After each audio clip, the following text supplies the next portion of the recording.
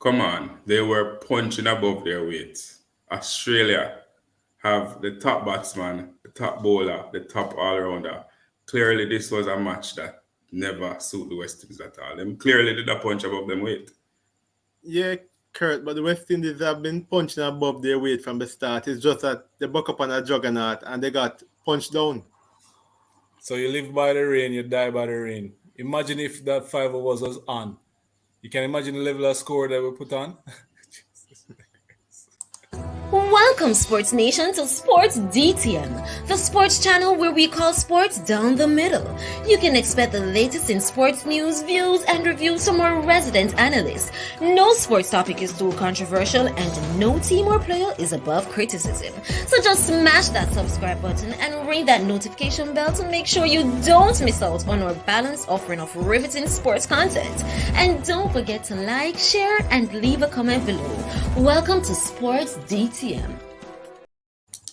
Greetings, Sports DTM fans, and welcome to another episode of Sports Down the Middle, your channel of undiluted sports content. Raymond, Adrian, and I are here to discuss the semi-final match between the West Indies and Australia. I'm calling it a match, Adrian. I'm not sure if that is the right description, but West Indies won the toss. The only time they won anything in this match. They won the toss. Rain came and tried to spoil the party for Australia, but that never stopped. They resumed 45 overs each. Australia batted first.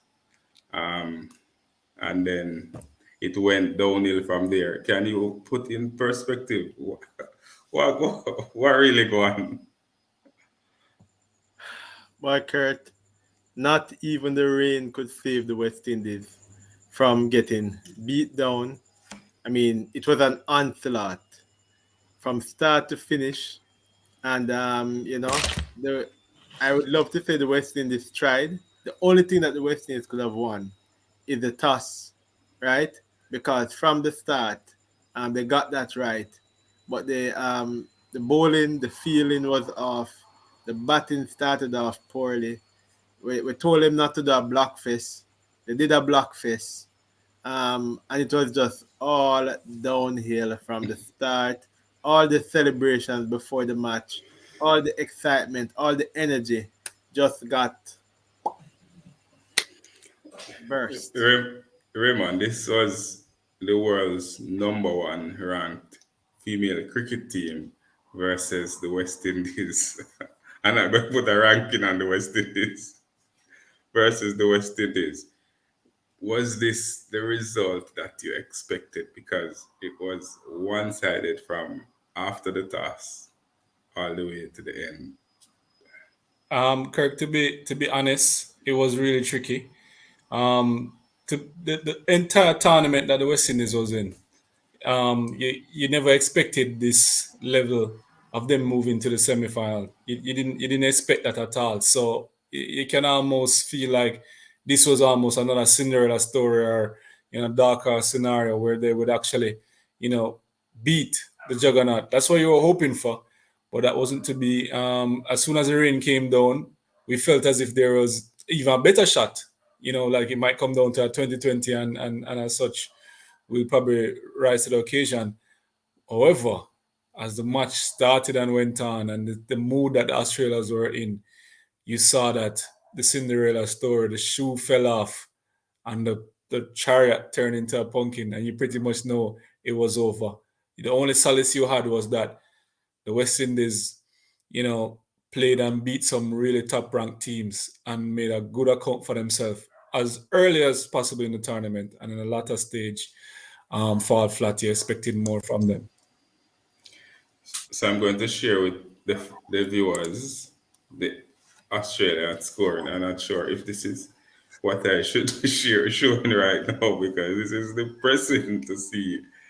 Australia batted first. The match was reduced to 45 overs. And as you can see, the openers alone won the match.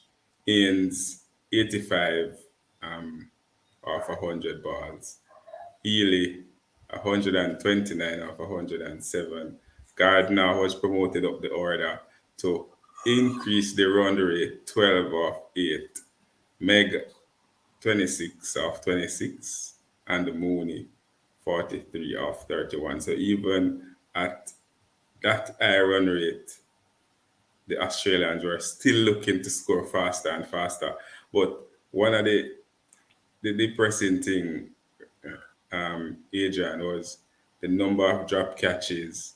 The energy in the field for the West Indies were extremely depressing. We never saw that bounce and that kick that they had from the first match against New Zealand and even the match against England and so on. As they come further and further in the competition, that energy lost. We saw a little of it against South Africa, and we saw a lot of it when South Africa won that match against India. But when it came to the semi-final, apparently they used all of that positive energy in that celebration and never brought anything over into this match. Um, talk to the people. I mean, you're quite right, Kurt. Apparently, all the energy that was there in the first two games, as well as the energy celebrating for South Africa, thanking South Africa, didn't translate over into the semi-final where it really counted. I mean, you saw when you can see the top players dropping catches, the Haley Matthews dropping catches, the DeAndre Dottin dropping catches. It was just not there. The placement of the field, Captain Stefan Taylor looked as if at some point in time she and her bowlers weren't on the same page. They were a little bit confused about how to play. They weren't playing a very attacking field. They were just all over the place. And her energy, of course, was also pretty low. And as such, there was nothing for the team to actually feed on. It was just the wicket keeper. Was actually doing a lot more chirping, but the energy, I could see them just looking really deflated. And after each misfield, after each drop catch, they just the game has got away. They started off well. I mean, they restricted the Australians really well. Chinel Henry and they looked really, really good. And then they slowly just lost the plot. They were missing a third fast bowler in this game to actually work with the swing that was there earlier on. And it looked as if it was a good choice to have to bowl first. But then it just went all downhill from there, and it is reflective of that brilliant knock by Healy, 129 off 107. It was just tough to watch. Raymond, this card could have looked different if they had been a little bit more efficient in the field. And we've asked on several occasions that they will just be a little bit more efficient, take your chances. And we saw a lot of that in the semi-final. But if I'm to share with you some stats that the catch efficiency is what I'm sharing with you, and you look at the bottom of the table, I mean, everybody else in the competition catching better than the West Indies. And this is definitely one of their downfall, and it showed up a lot in the semifinals. I don't know if it was pressure. I don't know if persons having symptoms of the virus because one of their colleagues tested positive for COVID. I don't know, but it never looked like it was in sync at all. And looking at the stats, you can't expect to advance to a final by being the bottom of the table in terms of the catching. Kurt, I don't know where you find the stats, but it's very timely.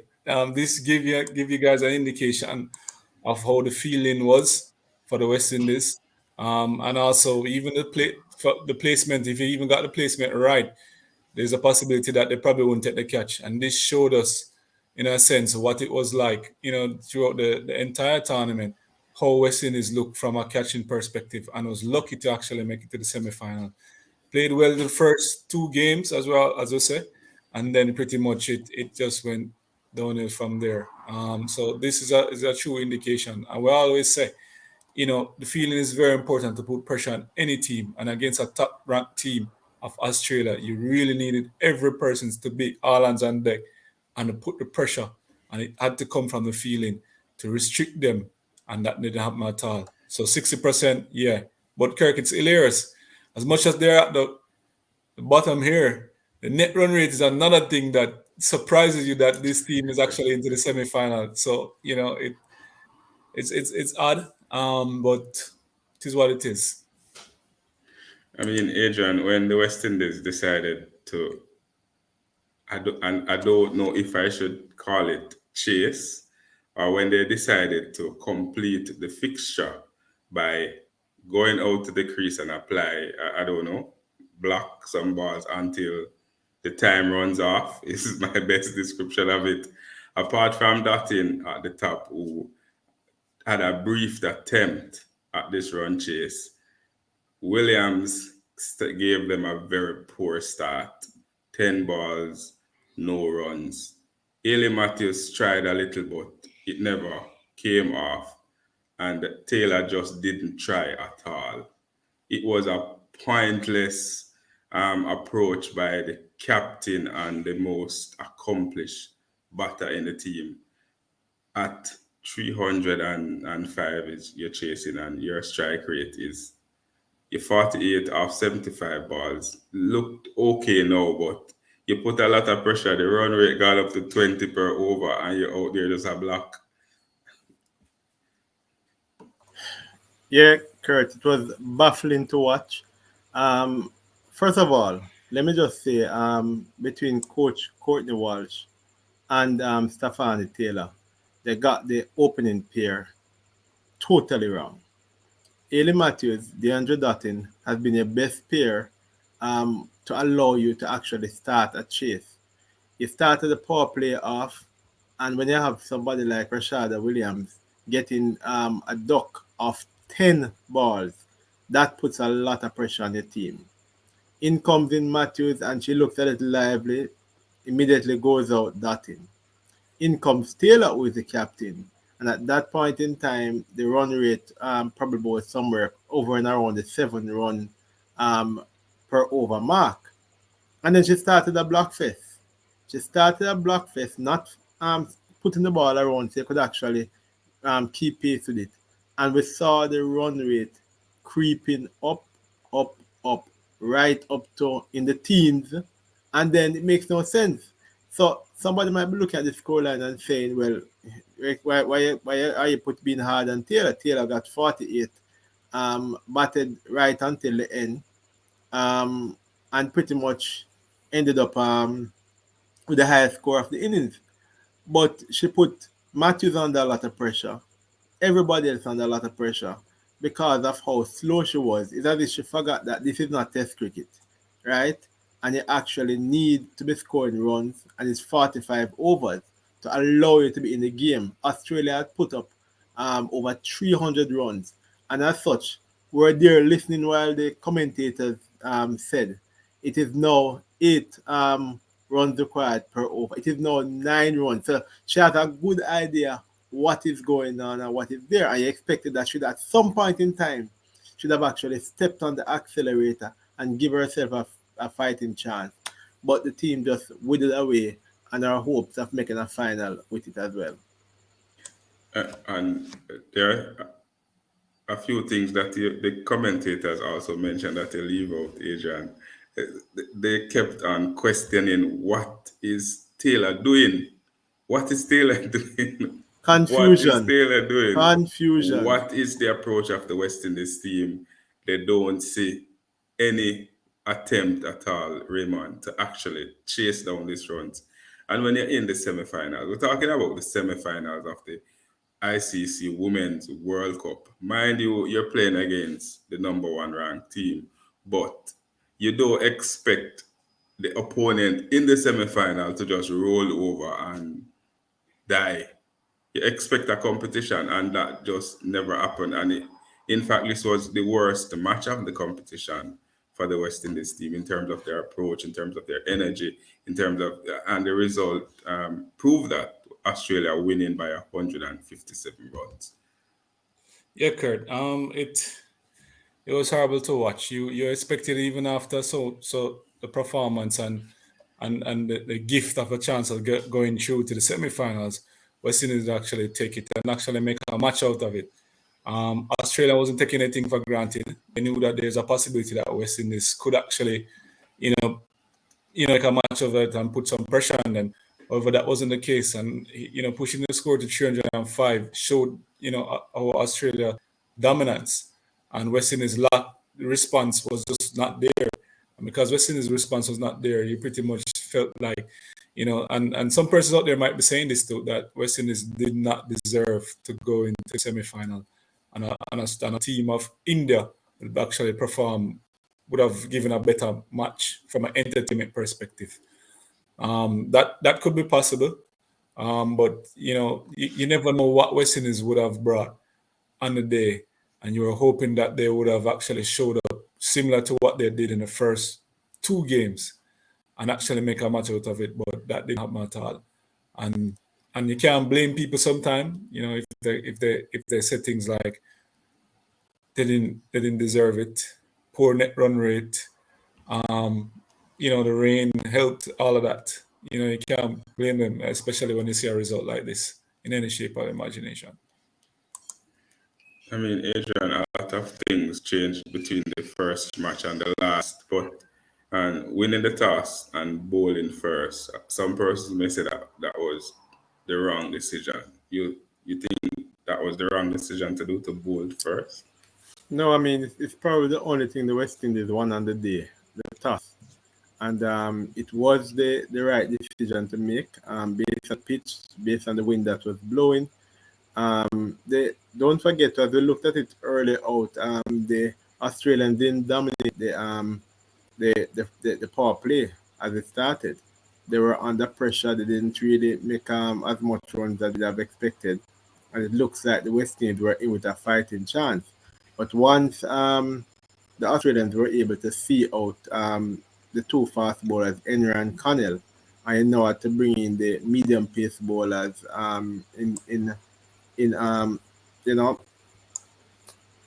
Matthews as well as Dottin. It was all downhill from there. The quality and the depth of the bowling just was not there on the day. Spin bowlers were off as well, and it was just a little bit. There you go. It was a little bit too much. I mean, Anisa Mohammed had a really torrid time. Just 2 overs, 20 runs. Unfortunately, limped off the field. It just summed up how the West Indies played. See her running for a ball and just pulling up. Hope she's much better right now. But apart from the two openers, Matthews eventually recovered afterwards. It was just hit after hit all over the park. And it was frustrating because the catches that should have been taken at crucial times to stem the bleeding just did not happen. Raymond, Ailey Matthews was the most economical bowler, and if you look at her figures, 9 overs, none for 45. She has been the go-to bowler. She has been the one taking most of the wickets, and then that didn't happen. The writing was on the wall from early that this wasn't the match for the West Indies. No, yeah, it showed that this was a very, very, very steep uphill task. Very. When you see the bowlers themselves, having trouble restricting Australia, it gives you an idea that if the bowlers were having this struggle, you cannot imagine when the batters come in to actually chase. It just went away. It just went away big time. So there you have it, Sports DTM fans. Another episode of Sports Down the Middle. The West Indies went, they tried, and failed. Failed miserably at advancing beyond the semi-finals of the ICC World Cup. Some say they punched above their weight, and making it to the semi-final was an accomplishment by itself. And that perspective we can appreciate. Going up against Australia was never an easy match. In fact, West Indies is Australia beating stick. So why did we expect anything different? But West Indies, they put in, I would say, a good fight over the series of matches. So we're not going to just assess them based on this last match, but over the series of matches. They put in a good fight and they made the semi-finals. a lot of things happened. A lot of players got injured and dropped down hamstring virus. The whole works. Whatever you think could have gone wrong for the West Indies, it happened. But they managed to play Australia in the semi-finals. And for that, we want to say kudos to the team. We hope that we'll see positive energy and positive results in the near future. Fans out there, we would love to hear from you. What's your thoughts on the team's performance in this semi-final, as well as their performance over the series?